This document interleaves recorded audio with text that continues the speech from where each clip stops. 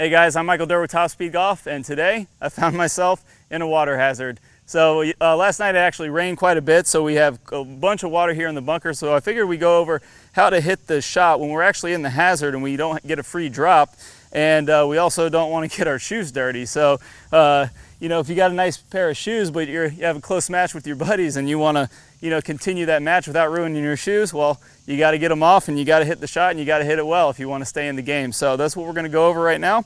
And the biggest key here is we got to understand that we can't really be perfect with a ball that's halfway out of the water, halfway in. This is not what we would call a good lie. We have to understand a couple things about how water works. And if you've ever seen, I don't know if you guys ever saw the Mythbusters episode where they shot bullets in the water. They showed that the bullets stopped very, very short after they hit the water. So the faster an object's moving when it hits the water, the more that the water acts like a solid. So it's going to be kind of like that with the golf club. Obviously, we can't swing as fast as a bullet, but we got to understand that we got to put a lot more oomph into that ball than we would think we have to. So the first thing we need to understand is that when we're, say we got a short shot like here we have to the green, probably like 40 yards right here, we need to understand that we're going to try to hit this maybe 55, 60 yards because of the water's slowing down the club. So what we're going to do, we can't touch the water because it's part of the hazard. We're going to set this up just like a normal shot. So I have a 60-degree wedge here, about, like I said, about a 40-yard shot. I'm going to play this more like the 60-yard shot, but I'm not going to open it up much. What we're going to do is we're really going to commit to hitting down and through this ball, and we're going to commit to not having a follow through, because when we don't have a nice lie, we can't really compress it and get a nice shot through there. We have to just commit to getting it out and get the best club on the ball as we possibly can. We're still trying to hit this ball as solid as possible, but we're really going to get down into the ball and just stick it down into the mud or whatever's under that water and really hit that ball nice and solid. So what you're going to do is you're actually going to come down on this ball a little bit more steep than you would in a full swing. We're not trying to come into this ball shallow, because if we did, we'd actually start catching water a little soon and it'd slow the club, make the club wiggle back and forth. We're almost going to try to hit straight down on this ball. We're going to feel like we're hitting straight down on the ball, chopping down into the ball, hitting it nice and solid and compressing it into the water and letting it pop right out. So let's go ahead and try it out.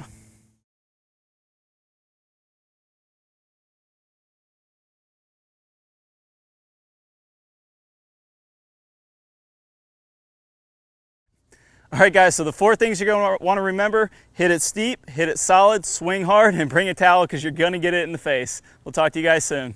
All right guys, hope y'all really enjoyed this video, but I got a great bonus for you. If we want to be really good at golf, we want to have tons of speed, have a lot of fun, really start cranking that ball, we got to have a lot of lag and then release that lag to get tons of speed. I've got my #1 lag video. I'm going to play a preview of that here in a second. If you want to click the link that pops up on your screen, if you're on a computer, if you're on a tablet, a mobile device, you're going to need to click the iCard. You'll get instant access to that full video, plus you're going to get 5 videos from my Top Speed Golf system. Good luck to you guys. Good luck with that lag. Go out there, crush the ball, have some fun. I'll see you in the lag video. Hi guys, and welcome back. I'm Clay Ballard, and in today's video we're going to talk about one of the absolute worst drills for creating lag. It's a very common drill that I see.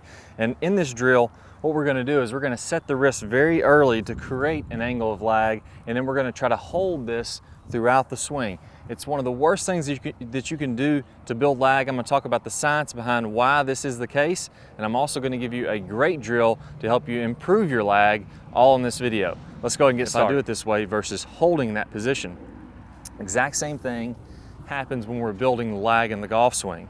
So what we want to do is throughout the swing, I want to have a very low and wide takeaway. So I'm not going to set my wrist early at all. If you look at a lot of the top players, you look at Adam Scott, very wide takeaway, not very much wrist set at all. You look at Rory McIlroy, you look at Tiger Woods.